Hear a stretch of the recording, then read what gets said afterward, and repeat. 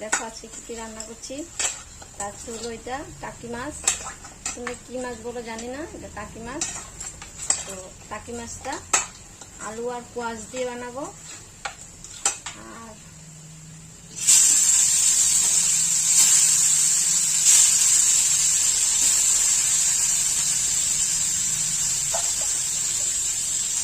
যে আলু পেঁয়াজ লম্বা লম্বা করে কেটে নিলাম, যে পেঁয়াজ আলু আর হলো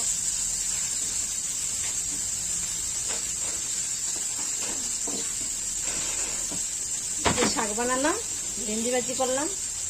তারপরে বানাবো হলো